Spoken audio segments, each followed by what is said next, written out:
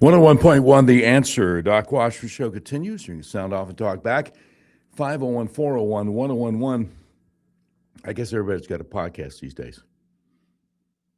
Even Sean Hannity has one.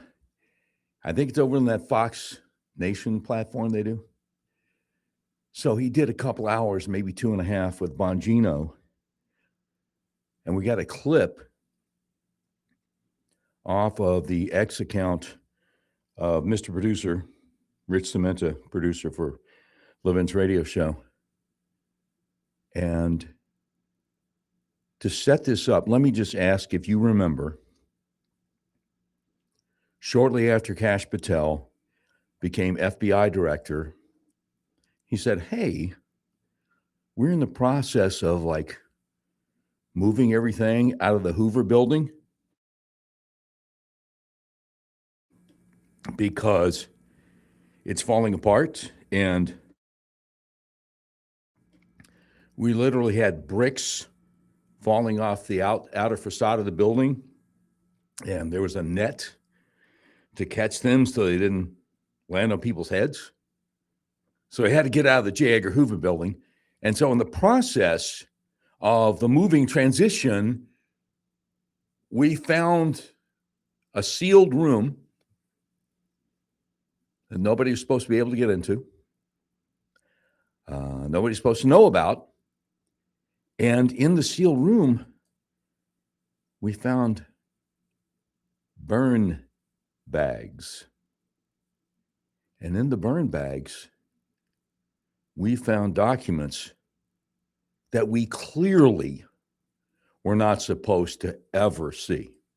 Does anybody remember when Kash Patel was saying that stuff a little over a year ago, shortly after he got in office?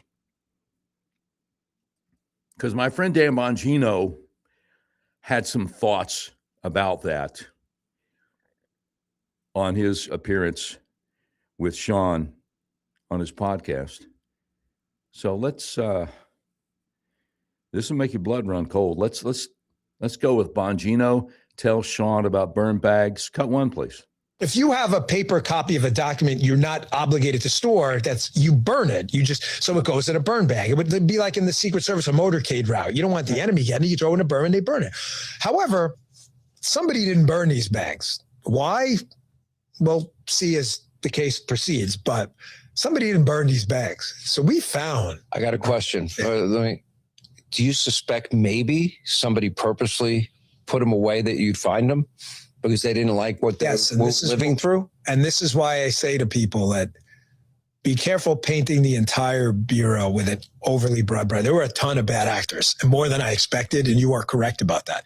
But there were a lot of people in there under extreme pressure who, you get where I'm going with this, who were probably like, this isn't right. You suspect somebody did it on purpose. They saved it on purpose. I do. Dude. I mean, now let me ask you something. A lot of times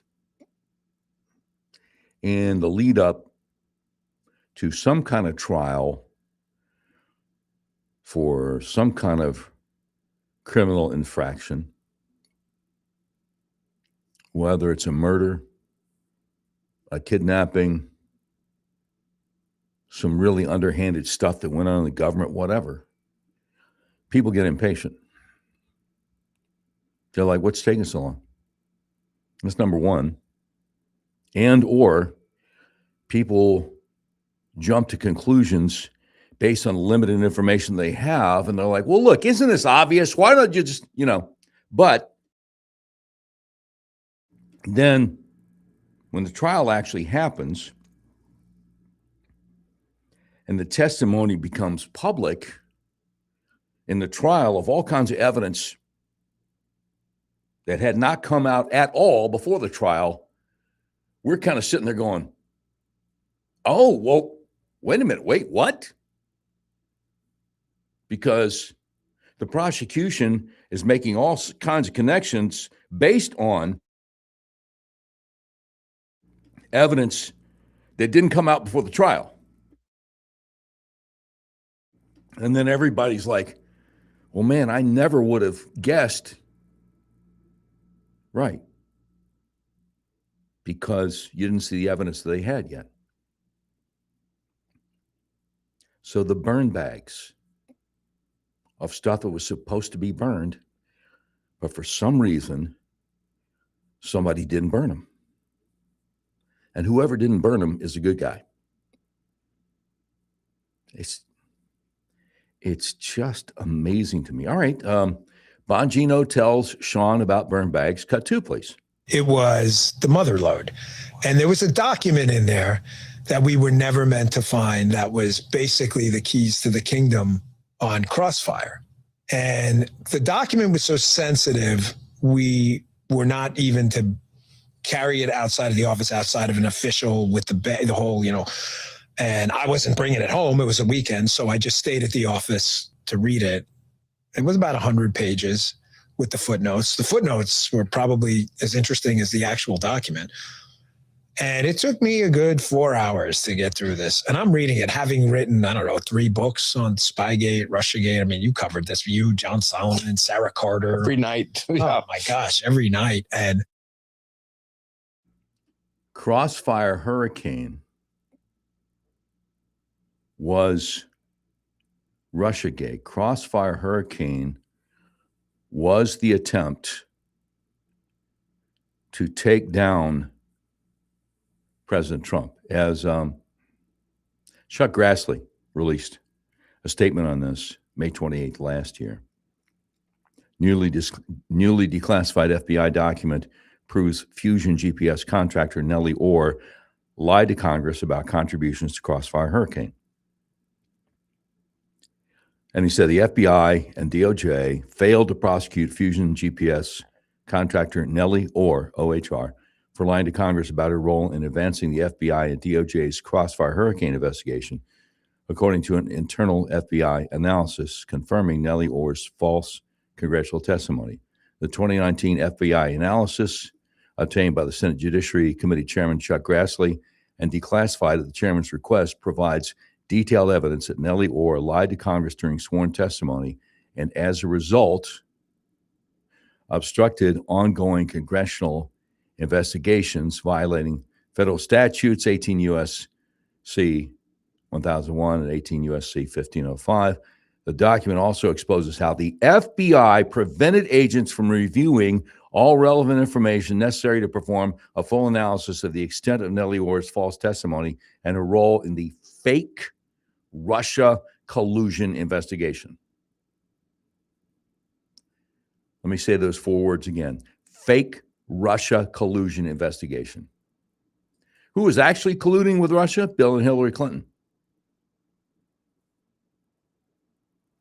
But they had to tag Donald Trump with it. They had to make up this stuff out of whole cloth. And that led to the Robert Mueller investigation, which is also a hoax. So I just want to let you know what that was. Coming up, out of the 5 o'clock news, we will have an in-studio guest who will tell us what Governor Sarah Huckabee Sanders has been hiding from you for a whole month. And between now and then, we will also have a top Trump administration official who is trying to muddy the waters about what happened Saturday night, the White House Correspondents' Dinner, the shooting. I don't think Trump has told this person to muddy the waters, but this person is muddying the waters anyway.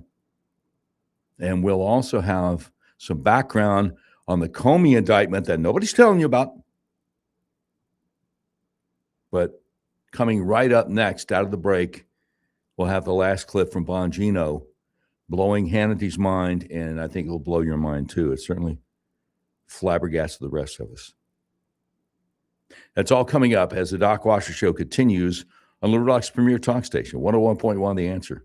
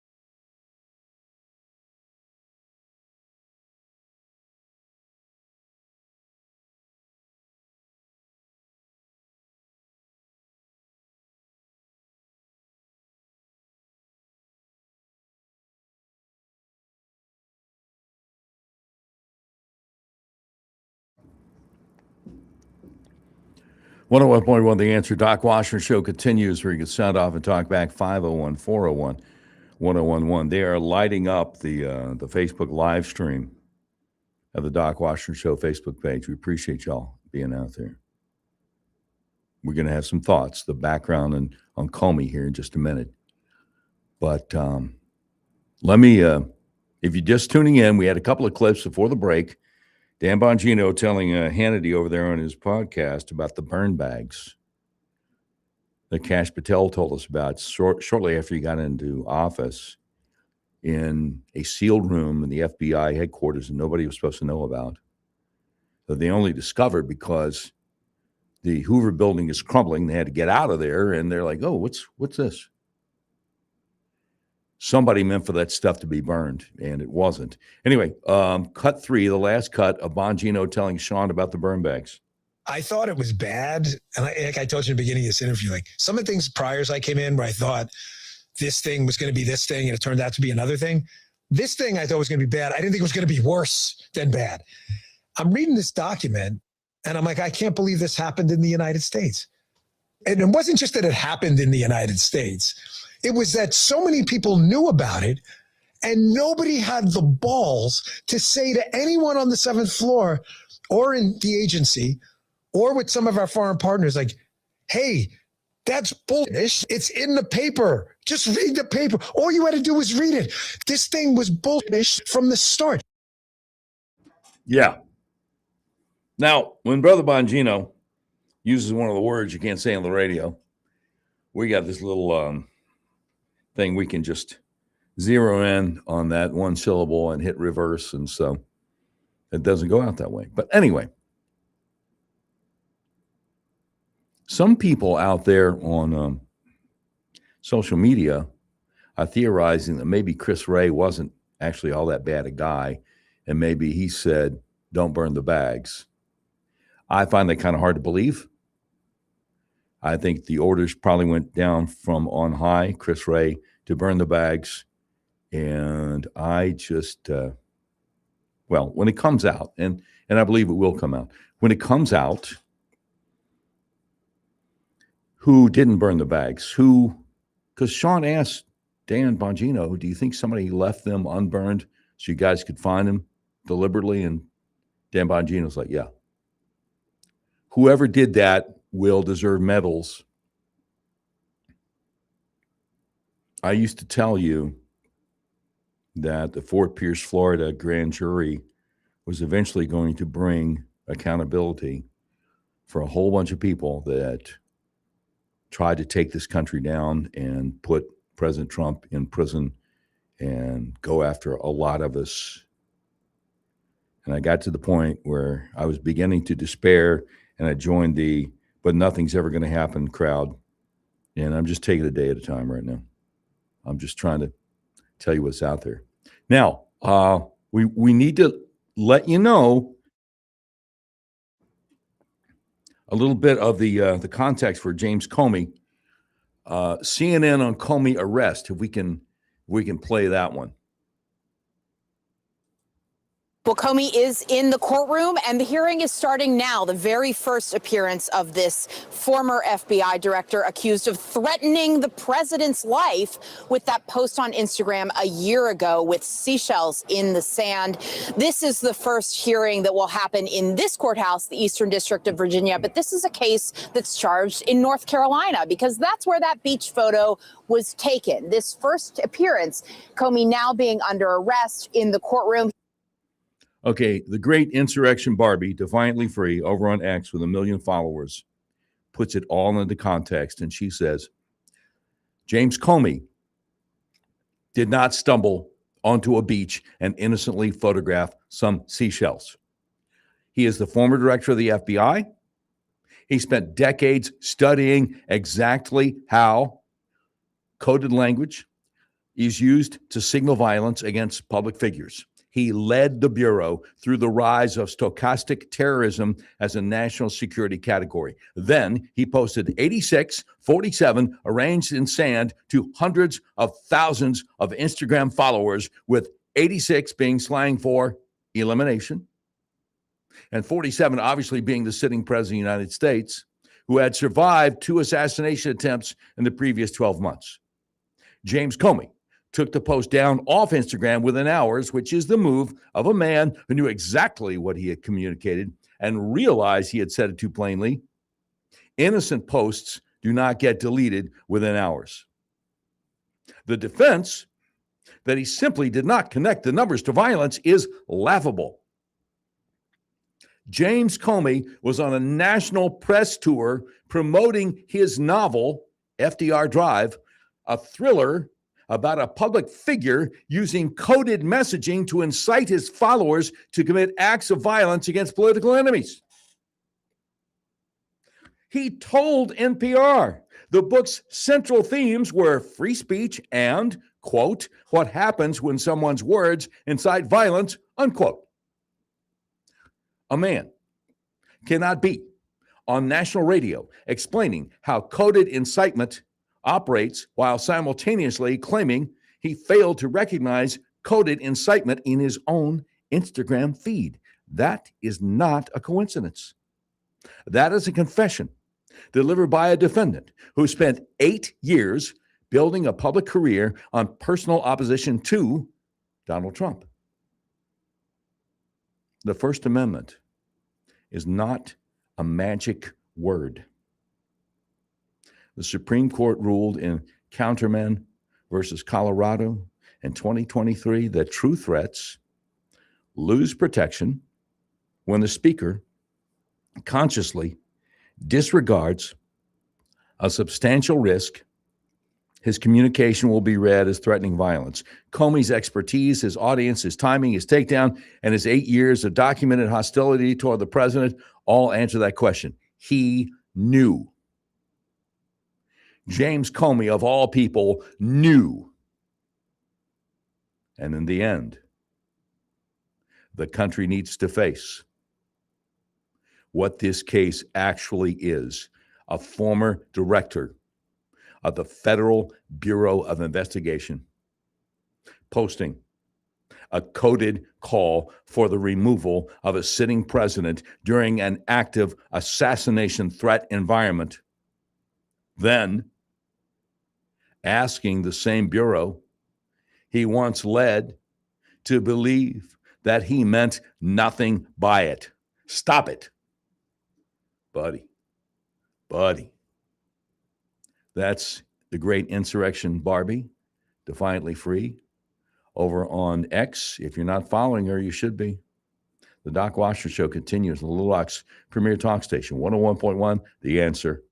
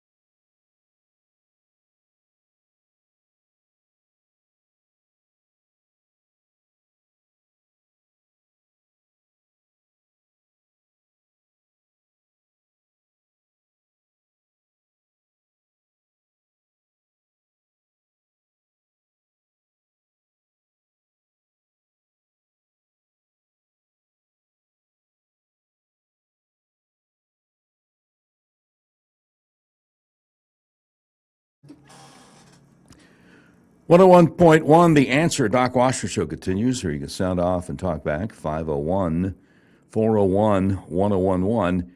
Coming up out of the 5 o'clock news, we will be telling you, we'll have a guest in studio, and we'll be telling you about what Governor Sanders has been hiding from you for a solid month.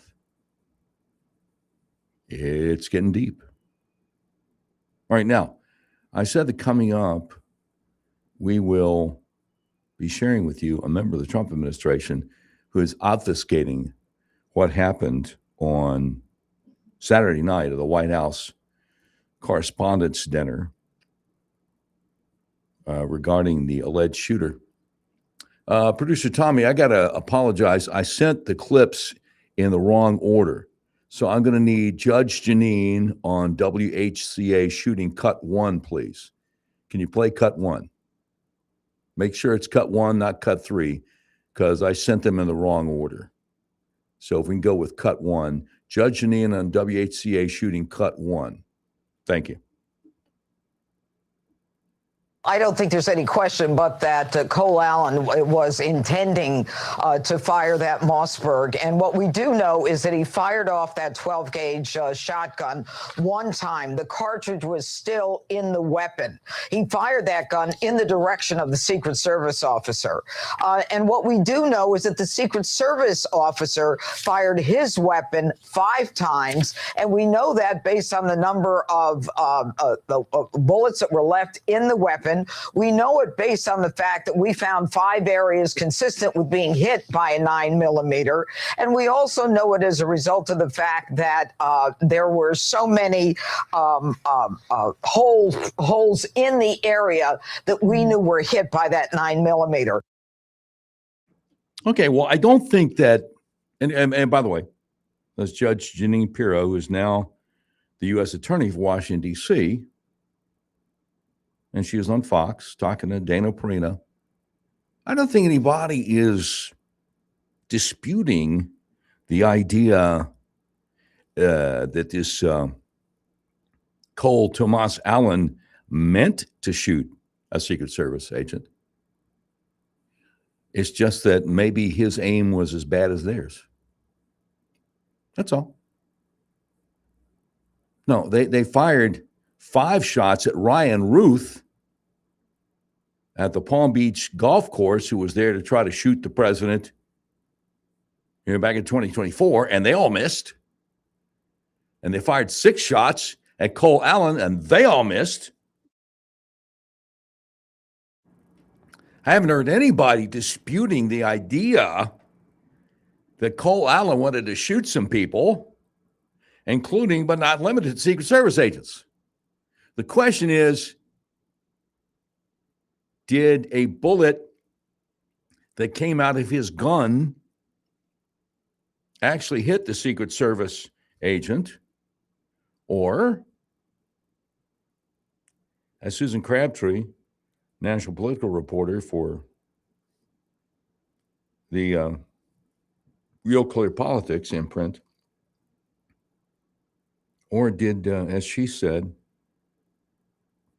was it a case of friendly fire? Did another Secret Service agent accidentally shoot one of his fellow agents? Okay, so we want to go with Judge Janine on WHCA shooting cut 2, please. So this Secret Service agent did not shoot himself, and you've got Cole Allen going there shooting off 1 round, and I don't think there's any question of what happened here. We're waiting for the official ballistics test, but at the same time, we filed papers in court this morning for the detention hearing today, indicating that this defendant was calculated, he was premeditated, he had every intention of killing the president and anyone who got in his way. Wait, what? The Secret Service agent didn't shoot himself. Who suggested the idea that the Secret Service agent shot himself? You had a number of Secret Service agents in the lobby, all ignoring the corridor The guy was running down like a runaway train, which is how he got past everybody. And there are a lot of shots fired. But what are you even talking about right now? This is called a straw man argument. You set up an idea that nobody has mentioned, and then you shoot down that idea. No pun intended. I mean, I've never thought that Judge Jeanine was the kind of person who would intentionally obfuscate an issue. So is this just dementia creeping in? What is he even about? Producer Tommy, we have something called Judge Jeanine Edit Cut 3. If we can just go ahead and play that. So this Secret Service agent did not shoot himself. Nobody said the Secret Service agent shot himself. I'm flabbergasted. Now, she's 74, going to turn 75 on June 2nd. U.S. Senator Chuck Grassley from Iowa is 92 years old and sharp as a tack. What is she even talking about here? What do you mean he didn't? Of course he didn't shoot himself. Nobody said he shot himself. That's just some cray-cray talk, if I may use that term in present company. All right, Judge Jeanine on WHCA shooting cut 4, please. Well, there's no question, Dana, that once we get into the grand jury, there will be many more charges. As you know, the complaint that's been filed is just a holding charge. There will be a lot of testimony. There will be many more charges. But these are some of the most serious charges in the federal code. One of them has a mandatory minimum of 10 years that is consecutive. The other is life in prison for the intent to assassinate the president. We are now combing through all of the digital evidence, all of the footprints in terms of, his social media and any other communications he's had to find out whether or not he had the intent to, and whether we can prove he had the intent to kill additional people by name based upon what we determine from the investigation. Well, that's all well and good. And if you uncover information that he specifically by name meant to shoot not just the president, but other folks, great. Throw the book at him, throw several more books at him, throw the entire Encyclopedia Britannica at him. Whatever you come up with, that's great. But still, how long does it take to do a ballistics test? Come on, man. Really? I mean, it's been 4.5 days since Saturday night. How long does it take to do a ballistics test? And why are you suggesting that anybody has suggested the Secret Service agent shot himself instead of friendly fire? I mean, for the life of me, I don't get it. And I just wonder, if President Trump heard what she said, even he's like, okay, wait, I don't think that any of us thought that. You know what I'm saying? It's just insane. It's just ridiculous. And frankly, I had expected more out of Judge Jeanine. I've always thought that she's pretty good. I interviewed her on the old podcast when I was between radio gigs. But this is one for the books. All right. Now, having said that, and again, we are coming up on about 20 minutes from now, a special guest who will tell us what the governor has been hiding from us for a solid month. Let's go with Trump announces new Surgeon General. Trump has announced a new Surgeon Fox News alert for you. President Trump posting on his Truth Social account this, quote, "I am pleased to announce that I am nominating Dr. Nicole Saphier to be the next Surgeon General of the United States of America." Wow. Nicole is a star physician who has spent her career guiding women facing breast cancer through their diagnosis and treatment while tirelessly advocating to increase early cancer detection and prevention, while at the same time working with men and women on all other forms of cancer diagnoses and treatments. She is also an incredible communicator who makes complicated health issues more easily understood by all Americans. Dr. Nicole Saphier will do great things for our country and help make America healthy again. Now that's very interesting. And I did a little bit of digging into who Dr. Nicole Saphier is. She has appeared on Fox News on a regular basis talking about medical issues. And she even has had some things to say about the COVID vaccine. So that's all coming up as the Doc Washburn Show continues on Little Rock's premier talk station, 101.1 The Answer.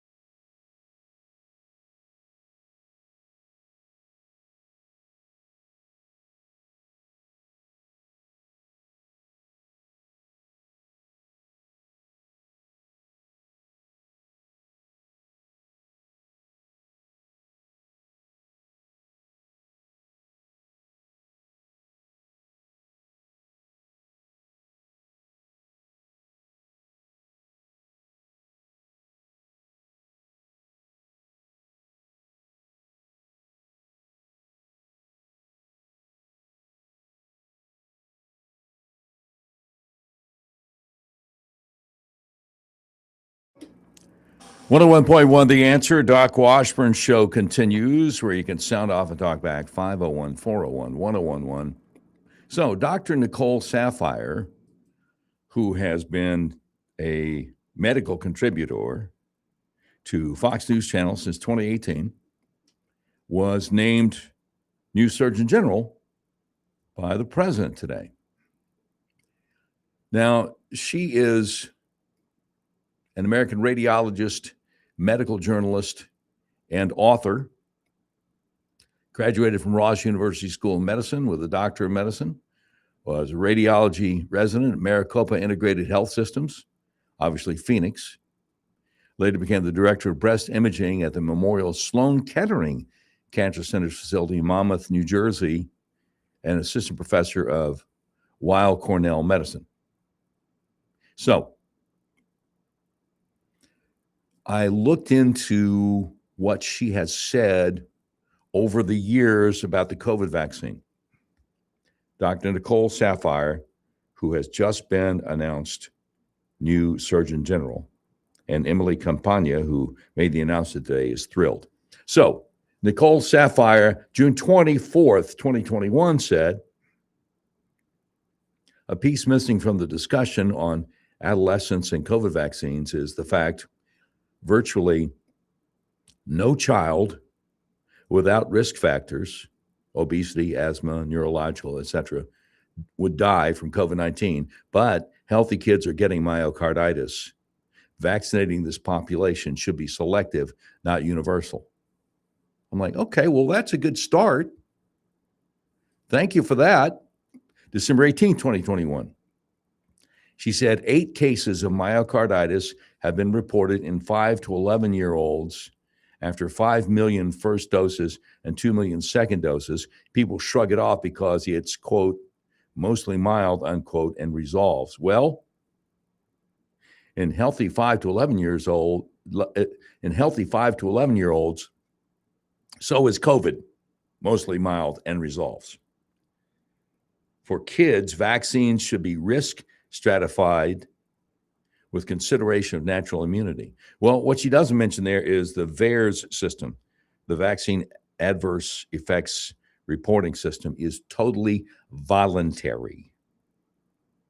So I bet you there are a lot more than 8 cases of myocarditis reported in 5 to 11-year-olds by the end of 2021 with a vaccine out there for a year, and 5 million 5 to 11-year-olds getting the first dose and 2 million getting second doses. She doesn't mention that, but at least she's like, hey, wait a minute, not so sure this is a good idea. So that's better than nothing. Then the next posting we have from Dr. Nicole Saphier, again, who the president just named to be next Surgeon General, is from January 26, 2023. And she says, Verbac, okay, now, wait a minute.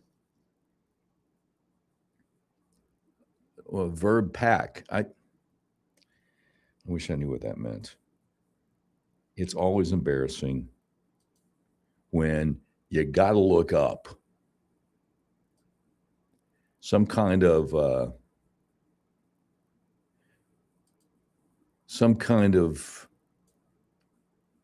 shorthand that somebody uses.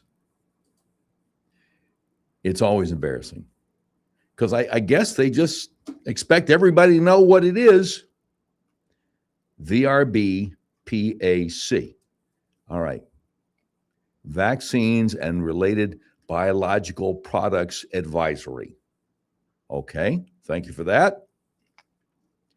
So she says, regarding the Vaccines and Related Biological Products Advisory,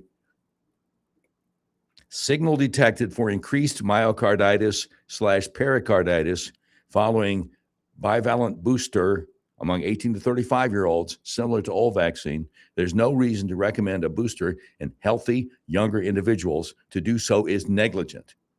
Okay, that's pretty strong. That's pretty strong. And I mean, I'm thankful that she said that.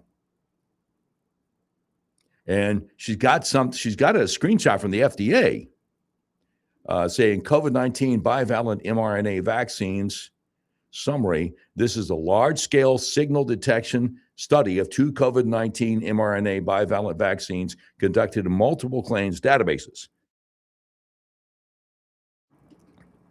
RCA surveillance detected a signal for myocarditis / pericarditis following BNT 162b2 bivalent vaccine doses among 18 to 35-year-olds. Among adults 65 years and older, several AEs have completed the surveillance period. Signal detection studies do not establish a causal relationship, and further evaluation of signals is required in more robust studies. Surveillance is ongoing and expanded to all the way down to 5-year-olds. Okay, that's January 26, 2023. Then, 6 months later to the day, July 26, 2023, she says, the CDC and Big Pharma misrepresented data and reports of COVID vaccine-induced myocarditis in young males. Of course, questions will be raised when a healthy young male has a cardiac arrest. America is skeptical, and rightfully so.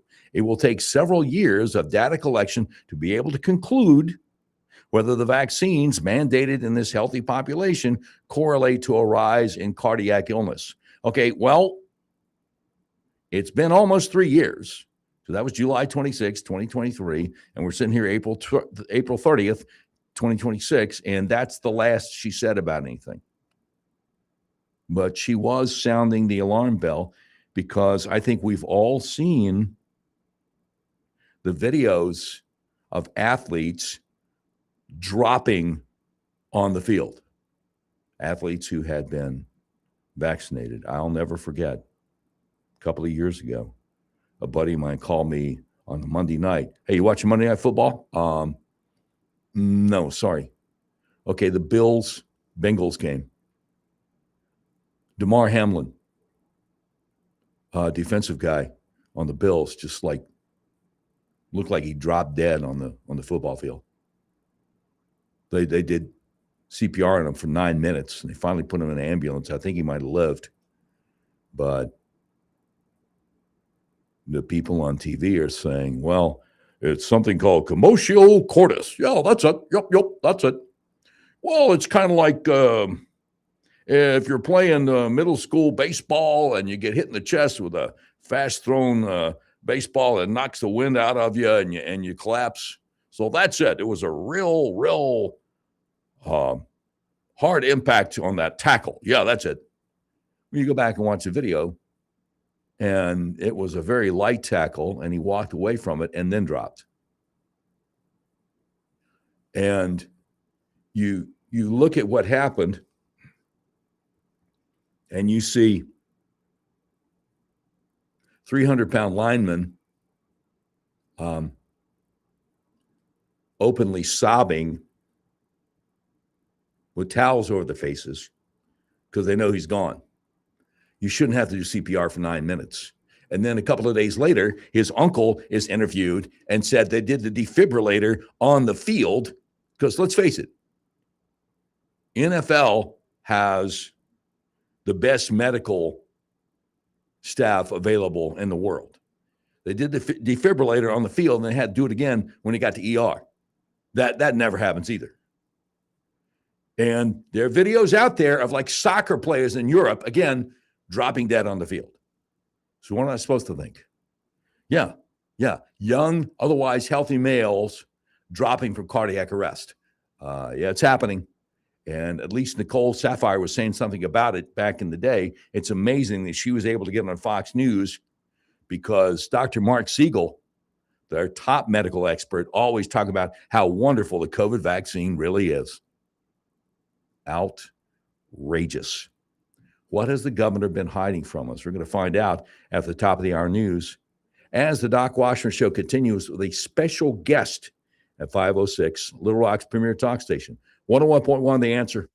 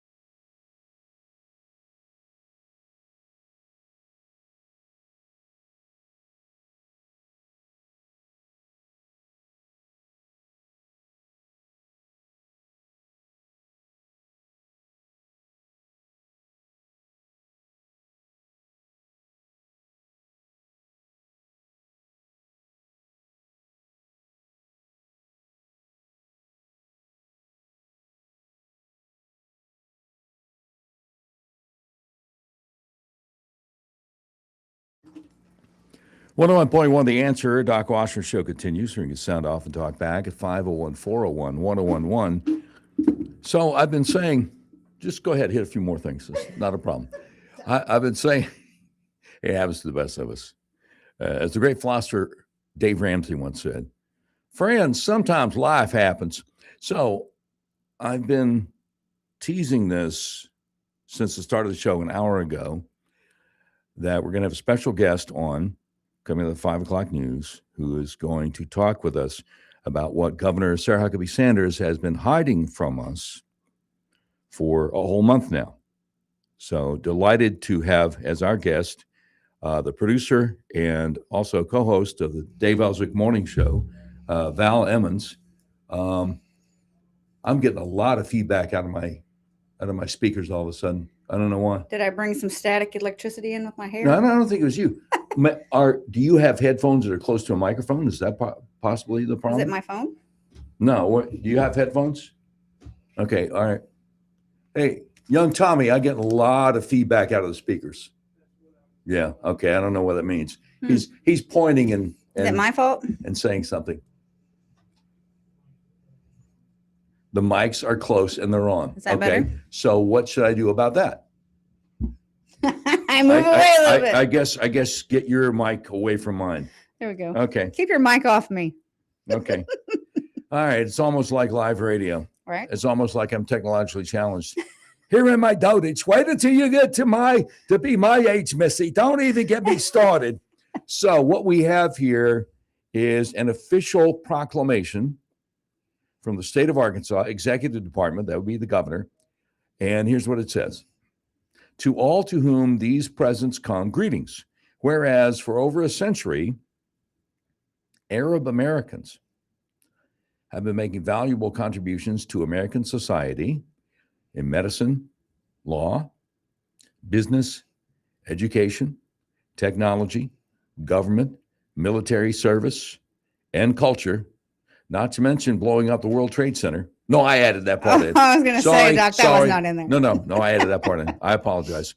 Whereas since migrating to America, men and women of Arab descent have shared their rich culture and traditions with neighbors and friends, while also setting fine examples of model citizens and public servants, whereas they brought with them to America their resilient family values, like honor killings. No, I'm sorry, that wasn't in there either. Sorry. Strong work ethic, dedication to education, and multiplicity in faith and creed that have added strength to our great democracy. Now, the multiplicity in faith and creed is interesting because not all Arab Americans are Muslims. Right. And not all Muslims are Arabs. But 90% of them are in the world. Yeah, We have 3 million maybe Arabs even- in the country. Maybe even 90% of them in America. I don't know. But I will say this, for everybody who says, oh, you're being racist. I'm like, oh, wait a minute. What race is Islam? Because the country Right, with the it's religion. most Muslims in the world is Indonesia, and they're not Arabs. Anyway, but I digress. Such is my wont. Let's see. So she says here, whereas they brought with them to America their resilient family values, strong work ethic, dedication to education, and multiplicity in faith and creed that have added strength to our great democracy. Okay, I'm sorry, Sarah, we're not a democracy. I thought you were a Republican, not a Democrat. We're a republic. Yeah, we've got a constitutional republic, a representative republic. We're not a democracy. Sarah, Barack Obama, Huckabee Sanders. Well, no, he was the one saying the Supreme Court yesterday was Yeah. you know, Racist, whatever. threatening our great democracy. Yeah.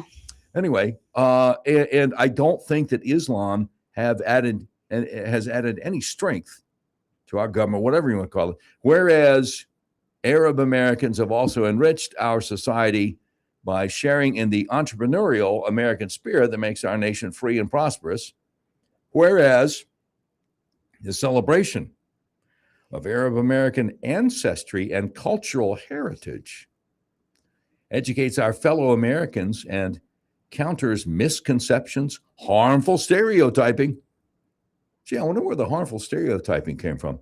And because I don't think there was much of that before 9/11. Anyway, No. and shared misconceptions by other ethnic groups and they join all Americans in the desire to see a peaceful society where every individual feels safe. Oh, I know some Arab Americans who don't join all Americans in the desire to see a peaceful society where every individual feels safe, because we see guys who are professors at major universities all the time saying they want to kill a lot of us. Anyway, whereas the incredible contributions and heritage of Arab Americans have helped us build a finer nation, now therefore I, Sarah Huckabee Sanders, governor of the state of Arkansas, by virtue of the authority vested in me by the laws of the state of Arkansas, I do hereby proclaim April 2026 as Arab American Heritage Month in Arkansas, in testimony whereof I have hereunto set my hand and caused the great seal of the state of Arkansas to be affixed this 20th day of April in the year of our Lord 2026. And then there is her signature, and also the signature of her handpicked interim secretary of the state, the young fella Cole Jester. Now, I'm sure that by this point, Val Emmons is like, are you going to filibuster the rest of the show? No. You're going to let me get in a word edgewise? So, Val, I want to know how you discovered this, because from what you had told me off the air earlier, it's not anywhere online, an official Arkansas anything. Anywhere. So how did you discover this? So I have a friend that sent this to me. And at first, you know how when people send you stuff online, you're like, I don't know. There's no link to it. Nothing defines it as, okay, this is credible. So it just looked like a screenshot, and you were wondering basically if it was Photoshop or AI or something, right? And then she sent me this state post from Edge Seawolf. Amy Meck had written this out, who is a anti-Muslim activist and social media influencer. Founded RARE. Yeah, RAIR Foundation. I had quoted from her a few weeks ago when she was talking about the Islamization of Arkansas. But without a link, I'm still not posting. Without a credible source to that, I don't know her from Adam. Right. So my mind was like, all right, I'm not going to repost this. So I got this at 7 o'clock this morning. Right. 8 o'clock, while we were doing the Dave Ellswick show. Right. And I told Dave about it, and I was like, but I don't think we should mention it yet because I can't prove it. I can't confirm it. I cannot confirm it yet. Right. And everyone who knows me knows I won't post something unless I can confirm sources. I'm big on media literacy here. Okay. Yeah. So I started digging in, and for 2 hours, I spent 2 hours online. I couldn't find anything. Yeah. Nothing on her not on the governor's website. I looked through all the proclamations. I looked through all the bills that had passed in case it was squeezed in there somewhere. Yeah. Nothing. Because when you think about it, it's not really a bill. It's just an announcement. Yeah. It's an announcement from the governor. Yes. Yeah. So the legislature might not even know about it. Right. They might, because I didn't see a resolution in there. That's where, but I was guessing, okay, well, maybe it came from the, and then she signed it. Maybe it came from the House, but so didn't find it there. So I was like, all right, it's well past time. Somebody should be in the governor's office. So I give him a ring. Yeah, when you get off the air at 11. No, I didn't. While we were on the air, I was calling. You okay? Well, somebody after 8:30 should be in the office, right? Right. So around 9, because we had a guest. We had Enrico on. Actually, Enrico from the Jewish Federation of Arkansas, and he was doing his thing with Dave, and I was like, you know what? I'm just going to call now. Yeah, sure. And so I start calling, and the governor's whoever answers at the governor's office. I asked him. I said, so I'm looking for information on a proclamation that was made by Governor Sanders. It was literally called the Arab American Heritage Month. A month of April. Right. Proclamation. Which odd, she didn't announce it till 20 days in. But anyway, go ahead. She didn't announce it. That's the thing. Didn't announce it at all. She never announced it at all. Right. And so here we are, the last day of April, and this one's skirted by all of us, except for Amy Meck. But nobody is taking her seriously because this is what I saw on everybody's post. Oh, this can't be real. Oh, this isn't real. When I put it out for information, everyone was like, I doubt if it's real. I call, right? Right. So he tells me, all right, hold on a second. So he puts me on hold at the governor's office. Because he didn't even know. He's having to check. Hey, get this lady on the phone. I don't know. So he comes back and he's like, all of those proclamations are filed at the Secretary of State's office. And I was like, okay, but you can't confirm whether it was, I'm asking for a confirmation, not did it happen? Did she sign it? Is it real? All of the documents are at the Social Security or at the Secretary of State's office. Yeah. And hung up. I was like, okay, well. And just hung up in your face. Well, After not really hung up. We just kind of like hung up. You know, I was like, all Okay. right, well, Okay, thank thanks. you. See yeah, you. yeah, exactly. So then get back on the Dave Ellswick show. We're doing our thing. So then I'm like, all right, I'm calling the Secretary of State's office. So I call the Secretary of State's office. I call the executive office. I got Mrs. White, who Yes. I asked her about it, and I said, I'm calling this governor's office said that you would have a copy of this if it's in fact real. And so she says to me, hold on a second, what is the name of it? And I was like, I tell her, our April is Arab American Heritage Month. Yeah. She comes back on the phone, and I'm thinking, oh, she's not going to be able to find it because it's not real, And she's like, yep, it was signed on April 20th. And I was like, can I please get a copy of that? Yeah, really. She was like, okay, well, who are you? And I was like, Val Emmons. Who are you with? Salem Media. Oh, no. You need to FOIA this. I was like, are you serious? This should be a public document. Right, exactly. It is nowhere in the news. It is nowhere on the website. And this literally should be a public document. That's what I'm talking about, G. And so I was like, okay. And she said, because I'm with Salem Media, I had to send the FOIA. If I was the everyday person, which y'all can probably get on there and get it right now. That's whack, yo. Right? I have Yeah. to FOIA it. Yeah. And so I've sent the FOIA in, and I've also asked them for the trail because I would like to know who asked for the proclamation because that counts and that matters. And I have yet to have a response yet, but you got a response from something, but I have not gotten a response yet to my request. And I want to know who, because most of the time when these things happen, these kind of proclamations, someone asks for it. Right. An right. organization. And so, well, what I did was I went out after I saw this little article or report from Amy. Yeah. I went and I started searching. I literally searched the title of the proclamation. Yeah. And the only thing that came up for me was the American Arab Organization, which is not an organization. It's a business. And they're the only one. This says Arab America Foundation. Yeah. Foundation. But they're not a foundation because it's a .com. It's not a .org. And it literally, if you go to the About Us, it says we're a business.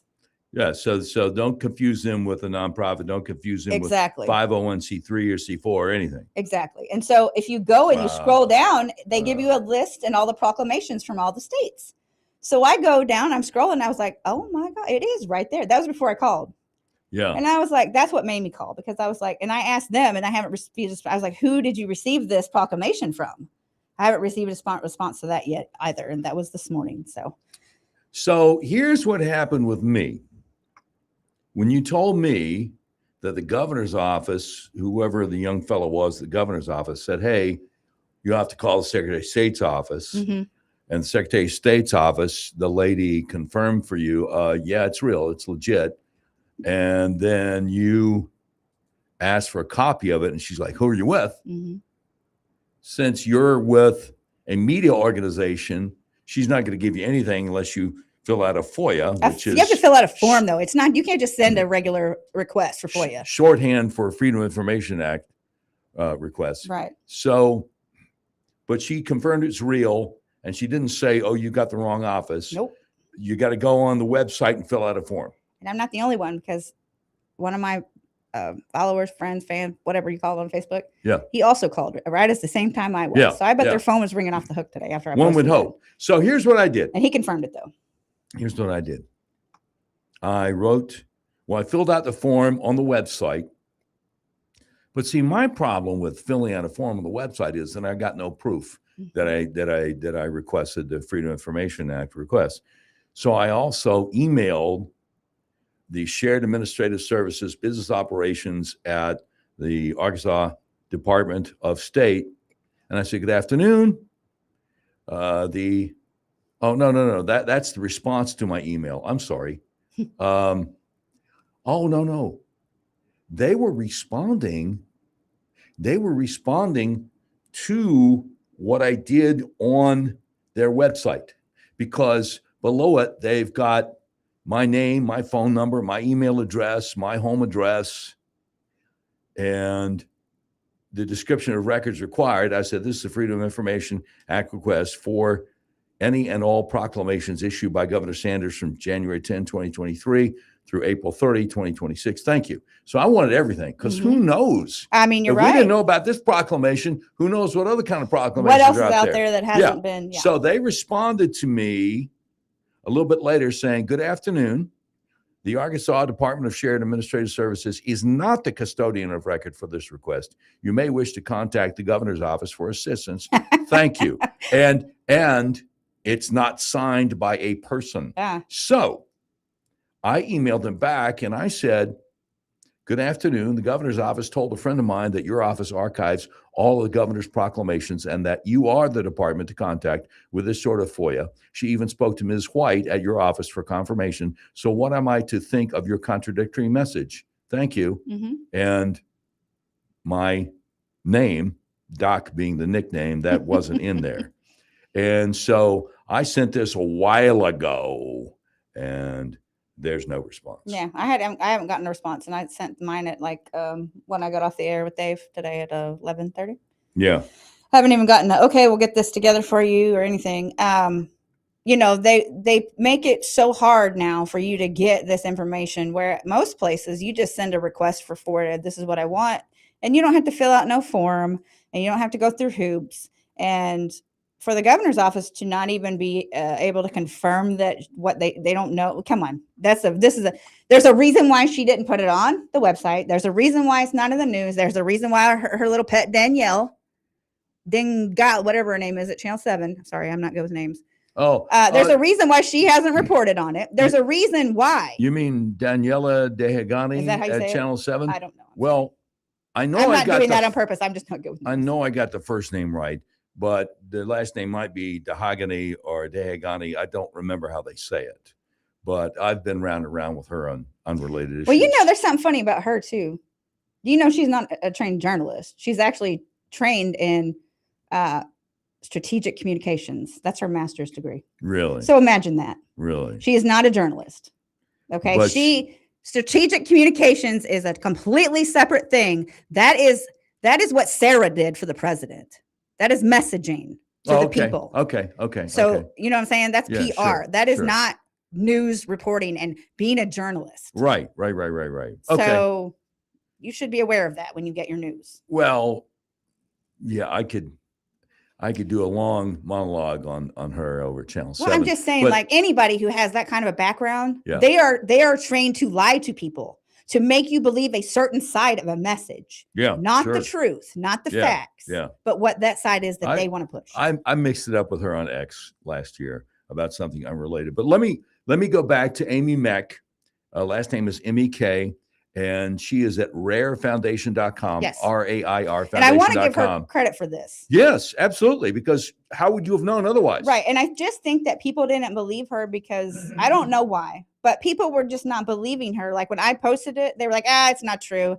I was like, there's just some gut. You know how you just get that gut feeling, like, I don't know. That would be the smartest thing she did was to not announce this and then to do it. But you had to confirm it because you Yes. didn't want to fall 'Cause that's how I am. victim to confirmation bias. Yes. Which is, if it sounds likely to be true, then you just run with it instead of finding out for sure if it's true. But Because let I'm me a tell trained you, journalist. there you go.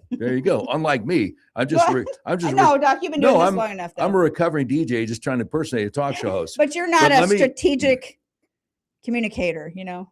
Oh, well, that's obvious every day when you listen to the show. I don't mean it like So- that either. That's okay. I saw that one coming right down 6:30. I had to say it. So at rarefoundation.com, RAIR foundation.com, Mhm. the article that dropped just yesterday, Amy Meck's article, the headline says, Red States Have Fallen. National Arab American Heritage Month is the new conquest. Mhm. And here's what she says. After already forcing Ramadan proclamations, Eid celebrations, Muslim appreciation months, and endless special treatment, the Arab America Foundation and Representative Rashida Tlaib, she's the horrible one from up there in Michigan, have now achieved their greatest conquest, official National Arab American Heritage Month proclamations in April 2026 from nearly every state in the Union, including the deepest red conservative strongholds. Since launching their National Arab American Heritage Month initiative back in 2017, the radical left and Islamic advocacy machine has already secured Ramadan proclamations, Eid celebrations, Muslim Appreciation Months, official iftars at governor's mansions, taxpayer-funded Islamic school expansions, and endless special treatment across America, but that was never enough. This year, the Arab American Foundation is triumphantly saluting more than 200 volunteers across 26 state teams who successfully pressured governors, mayors, school boards, and county leaders, including the deepest red conservative strongholds, into issuing official Arab American Heritage Month proclamations for April 2026. While Rashida Tlaib pushes a federal resolution in Congress to make it a national law, Republican leaders have rolled out the red carpet one state at a time. This is not harmless diversity or cultural recognition. This is the institutionalization of the Arabification and Islamization of America. Then she's got the list of states, cities, and counties that have already surrendered. I'm not going to deal with the cities. I'm not going to deal with the counties. I'm just going to tell you which states had a proclamation by the governor, just like our Governor Sanders, talking about how this is Arab American Appreciation Month. Republican Governor Kay Ivey of Alabama. Republican Governor Mike Dunleavy of Alaska. Democrat Governor Katie Hobbs of Arizona. Then you've got, of course, Republican in name only Governor Sanders of Arkansas, Gavin Newsom, Governor of California. We scroll on down, also the Democrat Governor of Colorado, Connecticut, Delaware. Guess which state didn't do it? Ron DeSantis, Florida. Oh, of course not. That's my part-time governor right there. Okay. And he is the bomb. Yeah, he is. DeSantis is the man. Republican Governor of Georgia did it. Democrat Governor of Hawaii, Democrat Governor of Illinois, Republican Governor of Iowa, Democrat Governor of Kentucky, Democrat Governor of Maine, Democrat Governor of Maryland, Democrat Governor of Massachusetts, Democrat Governor of Michigan, of course, Michigan. We've got the Democrat Governor of Minnesota, Republican Governor of Mississippi, Republican Governor of Missouri. It just goes on and on. Republican Governor of Montana, of Nevada. The governor of Nevada was the guy that was a police chief / sheriff when they did the big shooting in Vegas. Anyway, more coming up. We got Val Emmons with us on the Doc Washburn Show, Little Rock's premier talk station, 101.1 The Answer.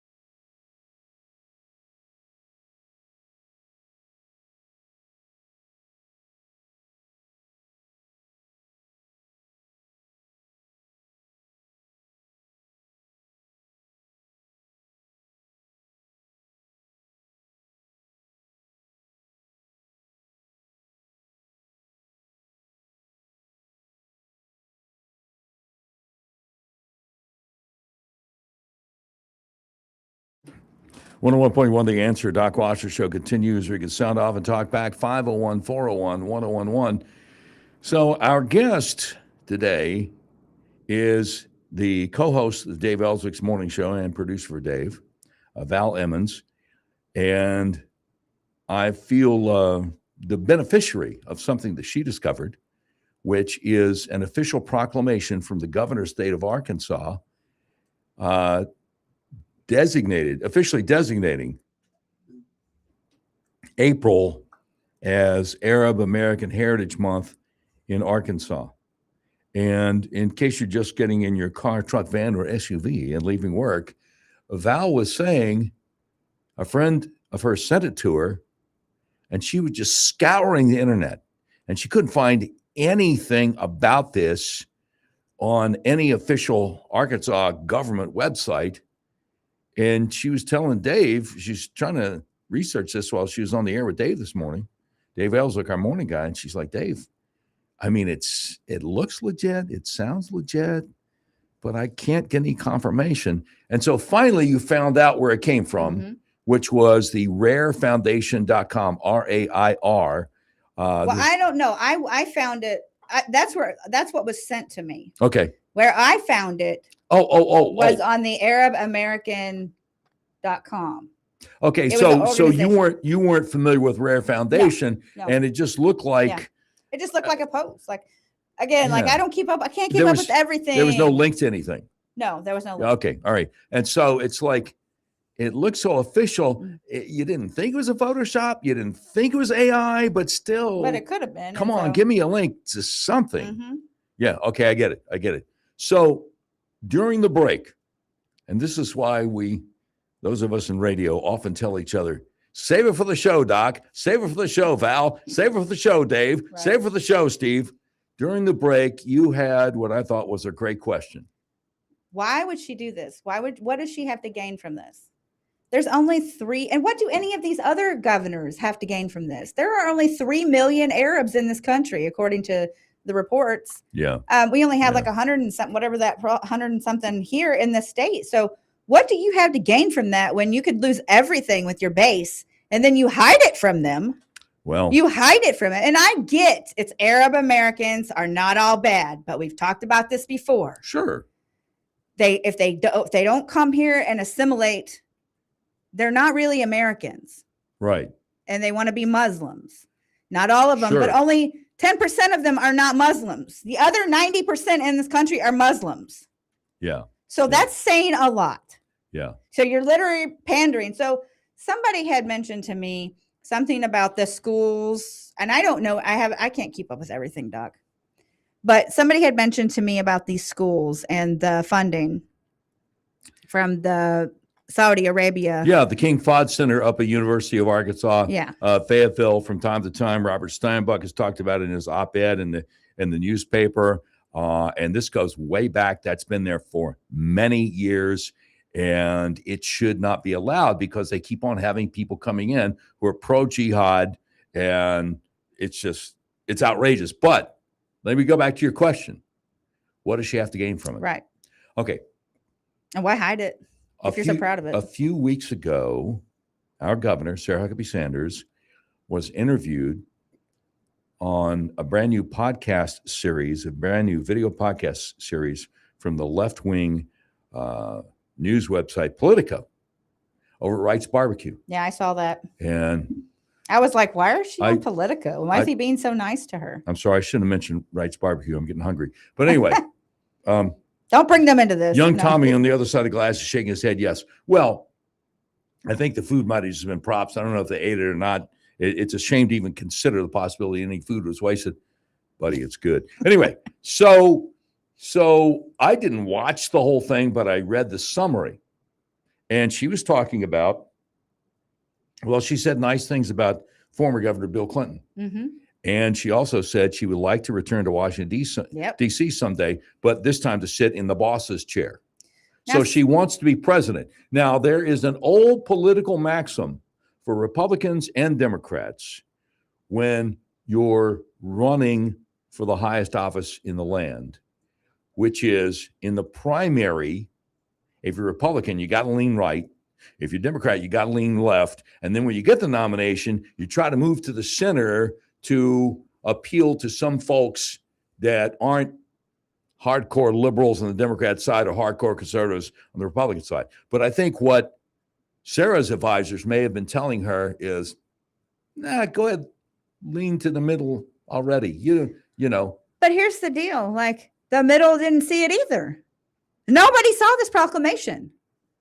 Nobody saw it. No, but You're talking about the interview on Politico. If and when she does decide to throw her hat into the ring, she can talk about how she's not a traditional, hardcore right-wing Republican. She's always reached out to the other side. Look, I saw the Arab American thing with this, and they had the Hindus chanting to their demons at the well, she's not going to say demons, but I had the Hindu thing at the governor's mansion, and we celebrated the 75th anniversary of the governor's mansion. Had Bill and Hillary there, and all the former this, that, and the other thing. And I'm not as hardcore as Trump and all these other guys. Well, she's not, because let me tell you something. The White House has scrubbed the proclamation that Harris put up about this Heritage Month.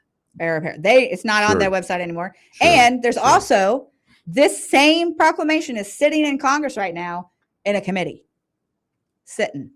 It was not approved. Right. So good. What does that tell you? Yeah. And then we have a Republican governor who her claim to fame is she worked for Trump. She spun stories, and so they looked well for Trump. And that's what you do. That's just what you do in that job. Yeah. And that's all she has. That's the only thing that people voted for her, because they thought she was going to be like Trump. Well, look, let the record reflect that 4 years ago, I did my best Don Quixote impersonation, tilting windmills all over the state, trying to challenge Sarah in the Republican primary for governor. At that point, she was not an incumbent. She had never run for anything in her life. And never ran anything in her life, period. Yeah. Never ran a state. No. I mean, Bozeman's campaign one year. But anyway, so what people would tell me, a number of people told me that they weren't really crazy about her dad. They didn't really like her dad. I don't. He doesn't like me, and I don't like him. But regardless of the fact they didn't like former Governor Mike Huckabee, Sarah worked for Trump, and that's all I need to know. And that's literally. And see, I was so against that, because I was like, if your job is to lie to the public, why would you want a governor who is skilled in lying? And I don't know, it could be a little big lie, but that's what you do. You spin the story to make Trump look good. I'm not saying he lied about things. I'm just saying that's what her job is. It's to spin a story. So of course she's going to know how to do it when it's her own office at stake here. And when she doesn't want you to find out things, which we've realized they're making it more harder to get FOIA for everybody. Oh yeah. Since she took office. And also, let's not forget who else signed this proclamation.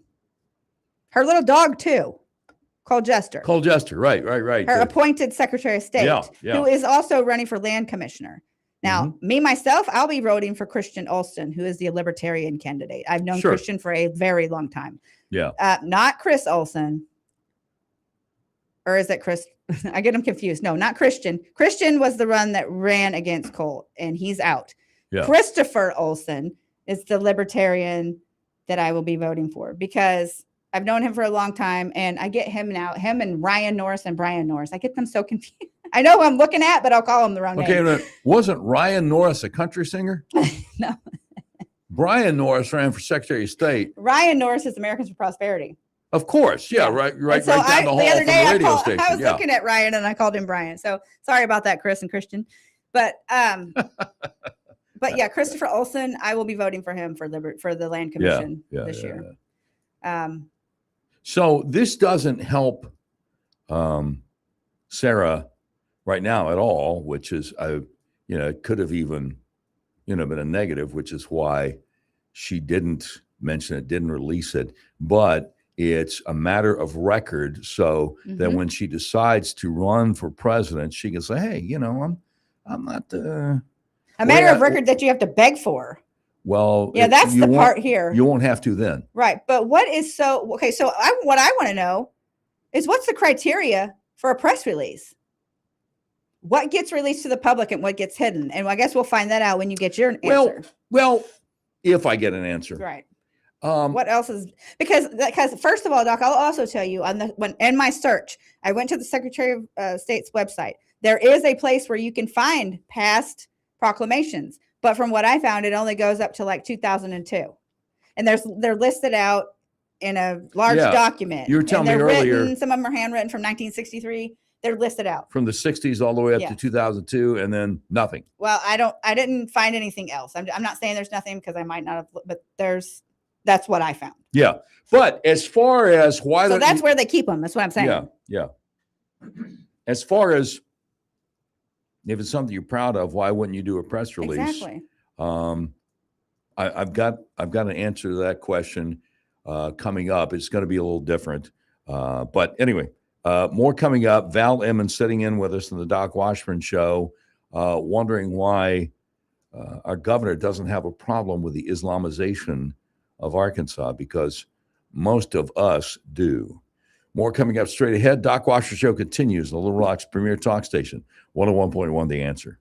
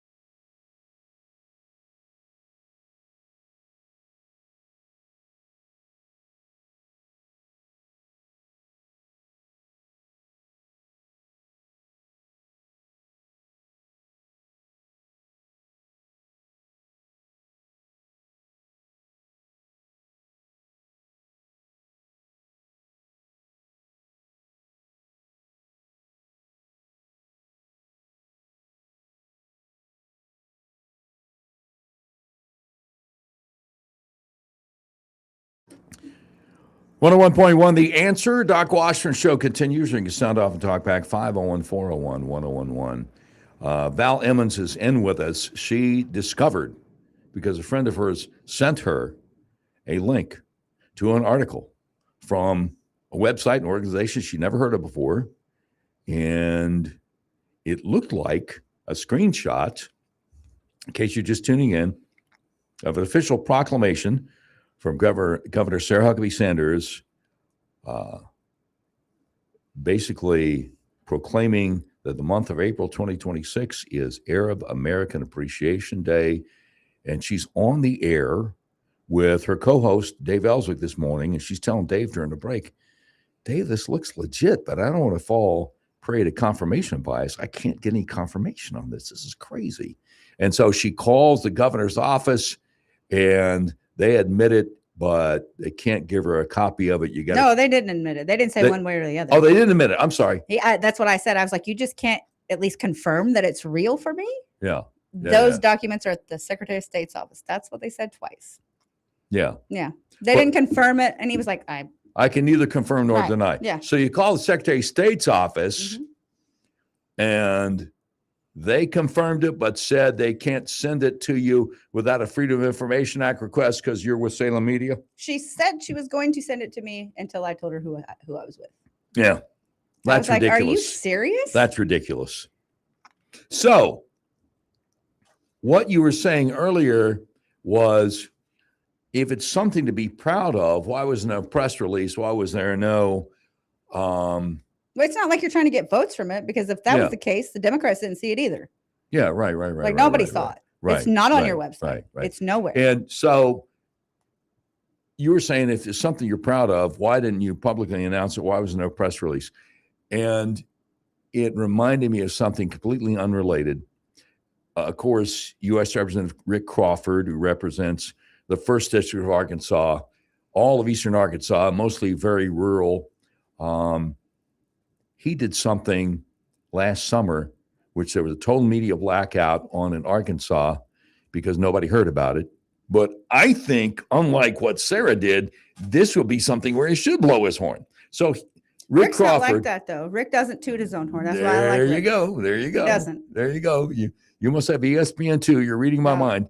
So he is the chair of the House Intelligence Committee. We have him on every now and then. Yeah, and every once in a while he'd go on Fox, but it doesn't look like he's jumping to get in front of the camera. It looks more like a producer for one of the Fox News shows is like, oh, I wonder if we get the chair of the Intel Committee on to talk about this, because this is kind of an intelligence thing. Anyway, so last summer, when the CIA director, President Trump's CIA director, John Ratcliffe, issued an official CIA document, lessons learned about Russiagate, Crossfire Hurricane, all this kind of stuff, almost immediately, U.S. Representative Rick Crawford, 1st District, Arkansas, chair of the House Intel Committee, sent an open letter to President Trump. The only reason I know about it is because John Solomon over at justthenews.com reported on it. There was no press release on Rick Crawford's website, nothing. So when I told a friend of mine who does the evening news in one of the TV stations in Little Rock, he's like, what? He hadn't even heard of it. So anyway, the open letter Rick Crawford sent to President Trump said, President Trump, this CIA document that your CIA director, John Ratcliffe, just put out there, just released, the lessons learned document, this is a whitewash. John Ratcliffe is relying too much on bureaucrats that have been in the CIA for years and years, and this is a whitewash. This is not about lessons learned. This is, they intentionally went after you. And by the way, would you please direct your CIA director to release the House Intelligence Committee document about Russiagate that was produced 8 years ago, and the CIA has been sitting on it for 8 years. And I have been in touch with Director Ratcliffe on more than one occasion since you came into office and he came into office, and he refuses to release it. Less than 2 weeks later, DNI, Tulsi Gabbard, has a press conference about this House Intel Committee report on Russiagate from 8 years earlier.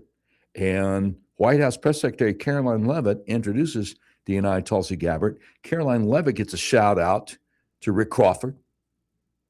DNI Tulsi Gabbard gives a shout out to That's Rick when she had Crawford. that nice white suit on. I remember that one. Yeah, I love that suit. yeah.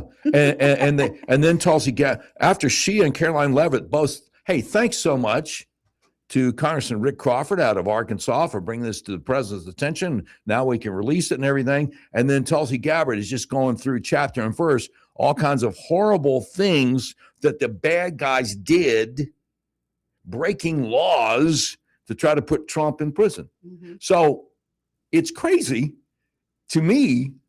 No knock against Rick Crawford, God bless him. But I'm like, well, let me see. Every member of Congress has a comms director, right? You got a communications director. Yeah, but couldn't he's even got a lot of stuff that put a to press do. release out there and let people know, because you did good, son. We appreciate you. Whereas on the other hand, it's the exact opposite. It is the complete different side of the coin from what Sarah's doing. Well, let me see. I'll just Hide this. proclaim that April is Arab American Heritage Month, and maybe I can use that later on down the line. But we don't want it to be public right now. That's for doggone sure. Do not put. It's probably stamped. Do not put on website. Do not send out press release. Do not. Right. You know, because Right. there was none. There's nothing in the Yeah. news. There's nothing. No, nothing at all. Nothing at all. And so I'll be interested to see if I get a response. Oh, I'm going to go down there if I don't get a response, and I'm going to ask. Okay, well, can you tell me who asked for this proclamation for mine? Yeah. Because I want to know who asked for it and who she's appeasing. Yeah. Yeah, absolutely. Absolutely. By the way, before we run out of time here, I got to tell you on we like to do breaking news here. The Rapid Response 47 account on X, President Trump did a phone interview just a little bit ago with Greta Van Susteren. She's still around on Newsmax. Mm-hmm. And the quote from President Trump is, "We have to have guarantees they will never have a nuclear weapon." Of course, talking about Iran. He says Iran would use the nuclear weapon if they had it, and we're not going to give them a chance to do it. And then a follow-up, exactly, it was kind of like an exclamation mark. Sorry. No. The follow-up from Rapid Response 47 on X is President Trump saying they're either going to agree to no nuclear weapons or they're not. And if they're not, they're in big trouble. Big, even bigger than they are right now. Yeah. So I think, and maybe you think this is crazy, maybe other people think it's crazy, but I think at some point, President Trump is going to be like, okay, we've given them way more than enough time. And now we're going to lower the boom and we're going to take out the rest of the regime. And the thing is, during the ceasefire, a lot of these IRGC guys, the Iranian Republican Guard Corps, have been kind of coming out of their foxholes and communicating with each other, whether by text, Zoom call, Signal, Microsoft Team meeting, whatever. And I think that our Department of War is using AI to keep track of all these people, going right down to the granular level of guys who are just working paycheck by paycheck and showing up and saying, well, if you'll keep paying me, I'll keep shooting people. And so if they take all these folks out and there's nobody left, then you could have regime change. And everybody is thinking like, well, that's crazy that they could do that. Do you see what they've accomplished already? Maybe it's not crazy.